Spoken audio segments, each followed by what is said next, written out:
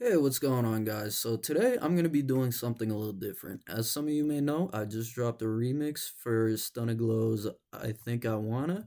Excellent song, by the way. Shout out him, super talented guy. But today I'm gonna be showing you how I made this remix and just like breaking it down.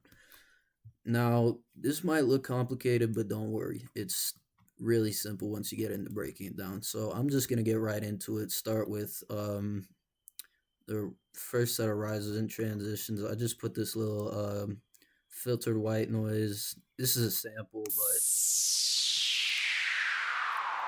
yeah, super simple. You hear it in a bunch of songs. I also added this impact on the eighth bar to add impact. Super simple so far, and of course a bunch of other transitions. I'm not gonna go into all of them. You guys know how to use transitions. Every eight bars, essentially. Now, uh, um, the vocals are right here, and a lot of you may be wondering, oh, how did you get the vocals? I actually did not get them from him directly because FL Studio has a new feature where if you click this little button right here, there's going to be a drop down and it's going to say extract stems from sample. You can't see it right now because of how I have the recording set up, but literally all you do is click that button. There's a little drop down menu, and yeah, you can get it from there. But into the bass. So the bass is just this.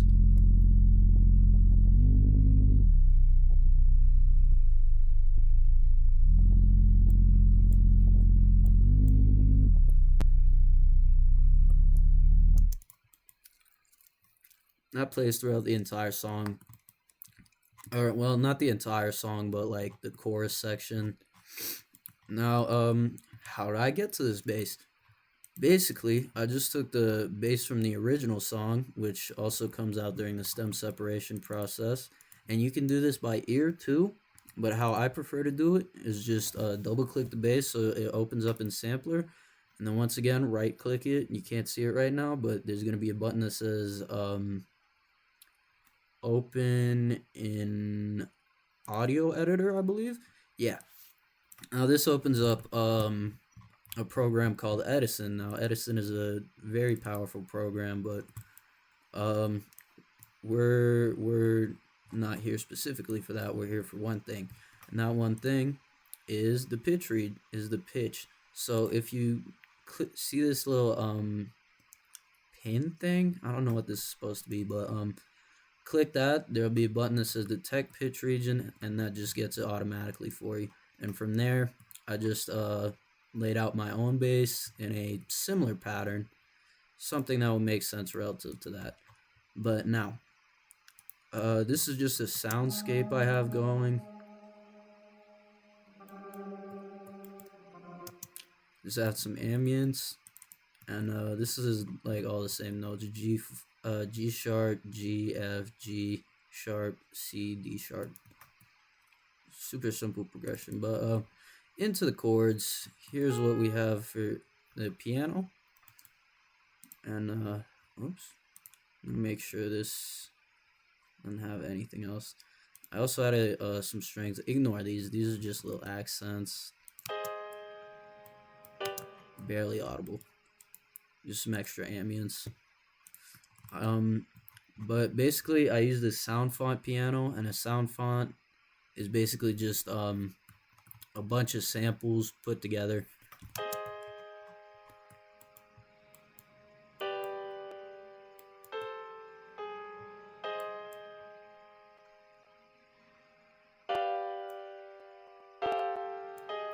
And this also plays to the chorus section.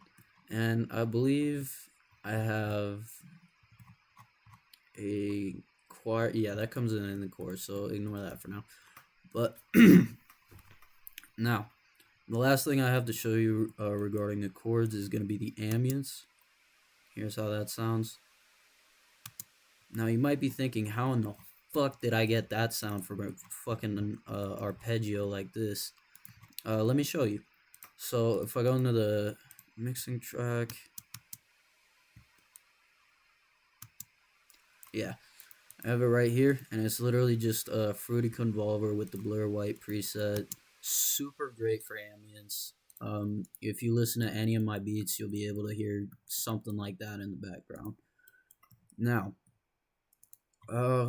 automation. What do I have going on here? So ignore this and this for now. Basically, this is, I forget what this one is. Hold on.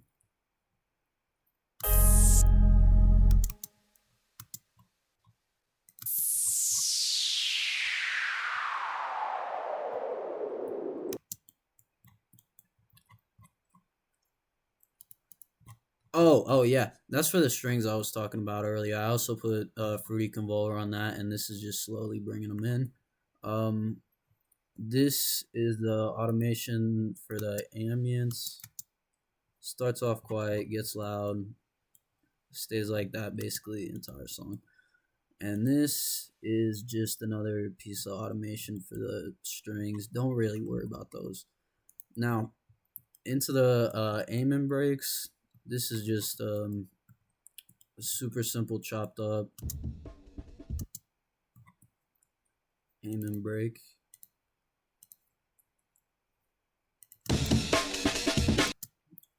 Yeah, you can see that this is how it sounds without it. And then with all the effects, and this is just some EQing for automation, and then this is just some high-end boosting to bring out those bright sounds, those crashes. Now with the automation, here's how it sounds like.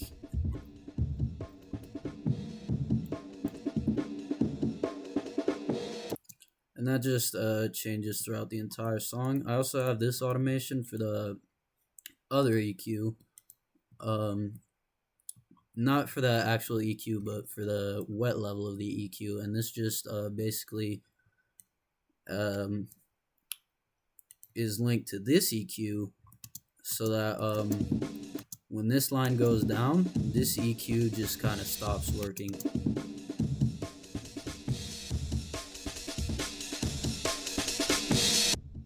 And then it brings it back in. Drums, super simple. 4 on the floor kick, another kick, and this one I just use the high end of to add that little extra punch, and that allows you to hear it like on headphone, or not headphones, but like if you're listening to it on your phone, then that'll make it easier to hear. And this is the snare, super simple. Hats, super simple drum pattern. What's coming up next? So,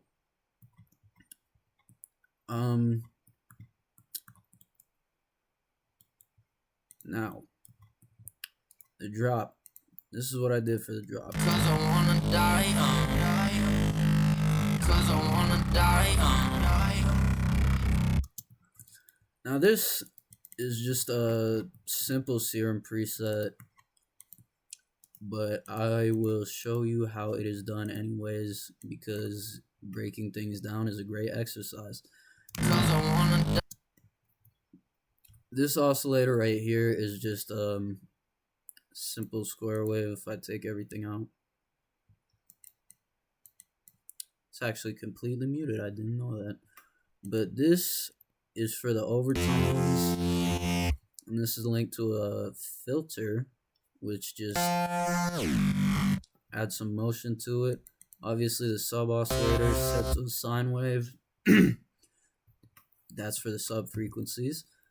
And finally we just have these little bits of LFOs, which are set to the cutoff filter right here, and the frequencies, and that's what adds the motion. And there's actually 2 of those that do the same thing. And as for the effects, it's just a simple cutoff filter, and this is also linked to the cutoff filter right here. Some compression, some phaser to add width, and some distortion to add grit. Now, Only other thing I can think of. Cause I wanna die, cause I wanna die, Is these vocals right here. cause I wanna.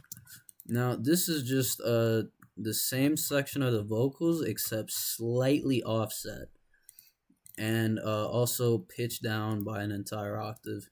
So now you might be thinking, what is this offset for? Wouldn't that make it off beat? No. Now you'll see this is so microscopic it might as well not matter if it's on beat or not. But what this does is an interesting thing with phasing. As you'll see here, and this is a little bit more of an advanced thing, but if you delay the phasing 2 milliseconds or so, you know, give or take, go by ear. But this just makes it sound a little heavier, so to speak. If you listen to much metal at all, a lot of metal producers will do that with the guitars, and that also makes it sound heavier. Now this automation right here is a little bit more complicated. This is for the kick drum. You hear that? Now a little bit of reverb right here, that brings that in. Now how did I make that reverb? Quite simple. Distortion, delay, EQ to cut most of the high frequencies out, and then kickstart so it doesn't clash with the drums. Kickstart is just basically like fake side chaining, so to speak. It ducks the sound in a certain shape that would be reminiscent of a kick. Now and the drums are the same throughout like the whole song. Basically just 4 on the floor, layered kicks, snare. The snare's not on this one, but the hat as well. But onto the bass, which is what I know you're really here for.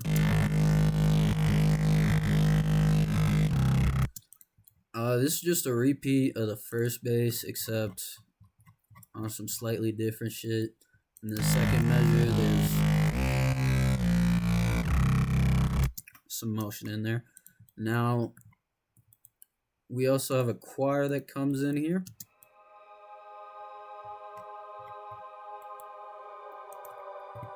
And this just has a convolver, an EQ to cut the lows out, stereo enhancer to make it sound a little bit wider, and then a convolver with more blur white because we really want this in the background during the drop. We don't want the chords to be the main thing. We want the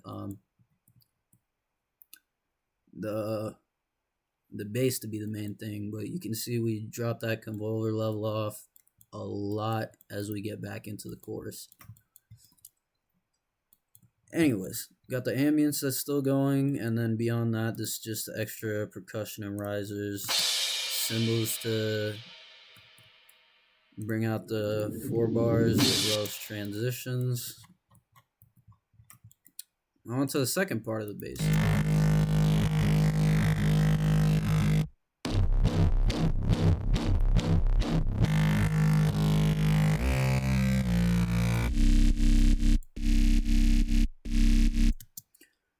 And this is also pretty simple, even though I used like 4 different basses. The first one, that's the one I already went over. Serum number 2. Oops, I mean to do that. Serum number 2. This is just a simple drum and bass roller. It's a sine wave going through the wavetables positions to make it. Hold on, let me like that.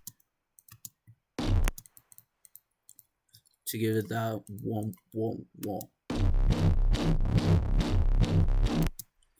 With some automation, this is set to the wavetable A position and B position. That's what makes the wavetables swing like that, like, and that's what gives it that sort of like wubbing high end, I guess.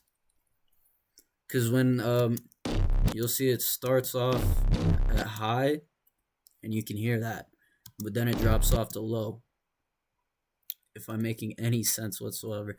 But onto the effects. We have hyper and dimension. This just adds a little bit more width. Chorus, also more width. Filter, cut off the high ends.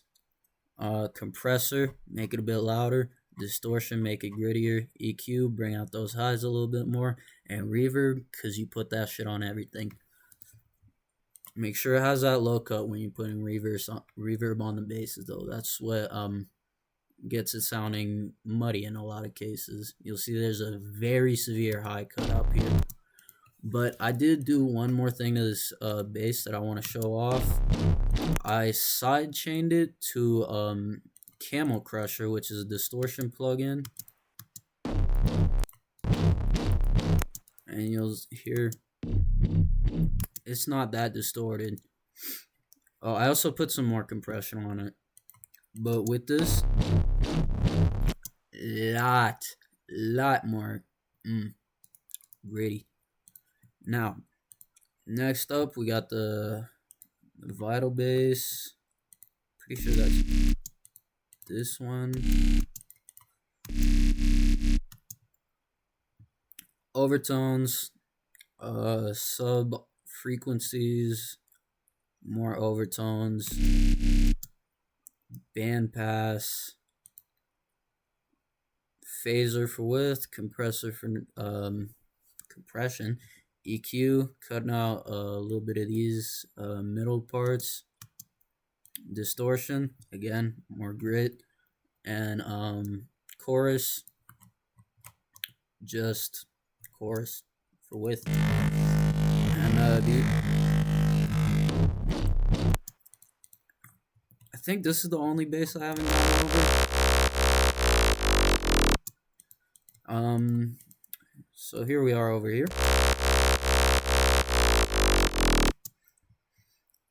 These are the high. This is a kick frequency. So just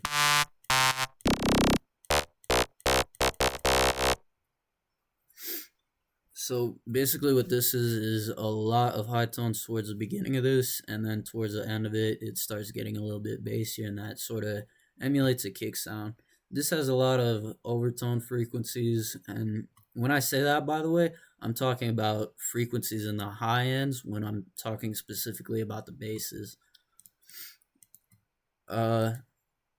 Sub oscillator, more sub frequencies, cut off, filter, bunch of drive on the filter here, by the way. Basically everything on it. What haven't I gone over here? I think everything, really, yeah. Anyways, up next. So we have a slightly different chorus out here. This is what we had earlier. The only thing I did was I took out this top line right here, and I took off the convolver and started making it a little bit louder at this point. So this is real simple. This is just layered with the piano.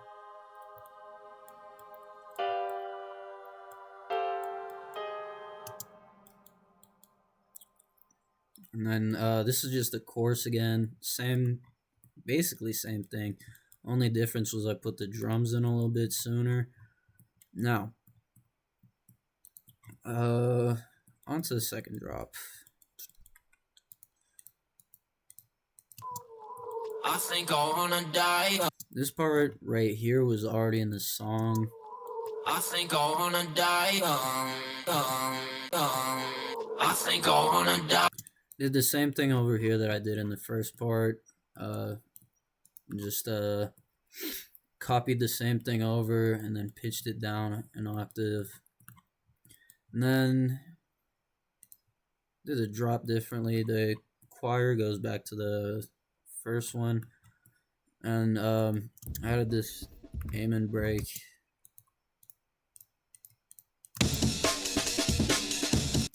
Put the filter off on that. I love aiming breaks so much. Anyways, onto the drop.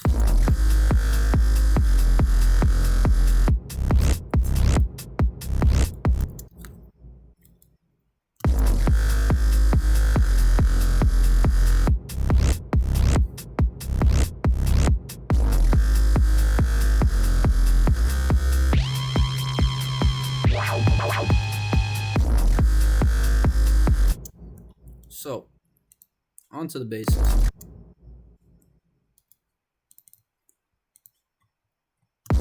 I also did the drum pattern in this one. I was just getting lazy at this point. So, first one, this is literally just a saw wave with this filter on it. And set to mono, legato, and always porta. And this is what creates that gliding sound. Like that. What else? Effects, hyper, distortion, flanger. I haven't gone over flanger yet.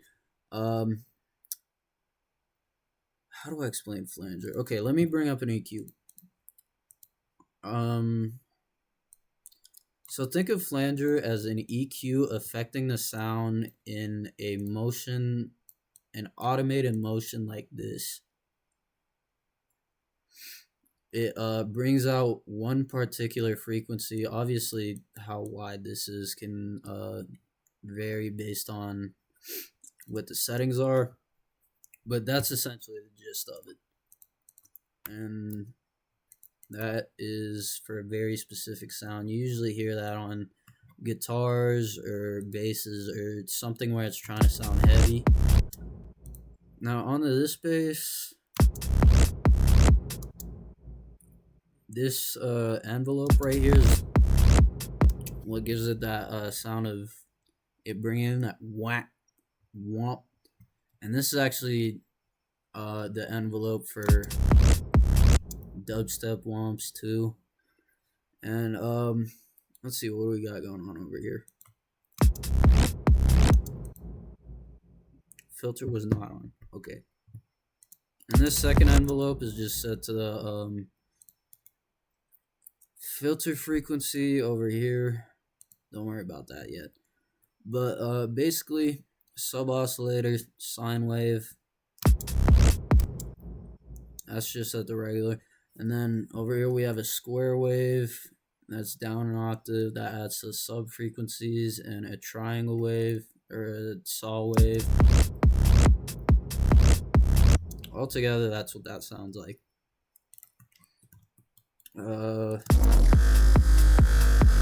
That's the first one again. So this is actually two basses stacked on top of each other. And here's what that is. Let me solo this out. I'm gonna be honest with you guys. I have no idea how this shit was made. This is just a preset that I found up in like Serum stock presets. And then this other one is literally just this and a sub oscillator with some compression on it. Oh, and some automation and filter to cut off some of those really high ends. But those are brought back with the compressor.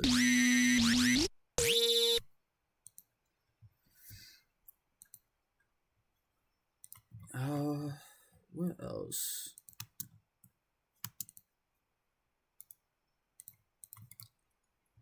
I think that's about it, really.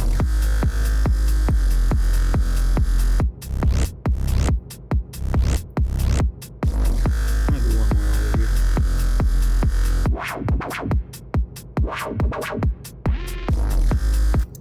Yeah, this down here was just the same bass that was being used over here. And shit, I think that's basically it. And then every 8 bars, transitions. Yeah, think that's about it.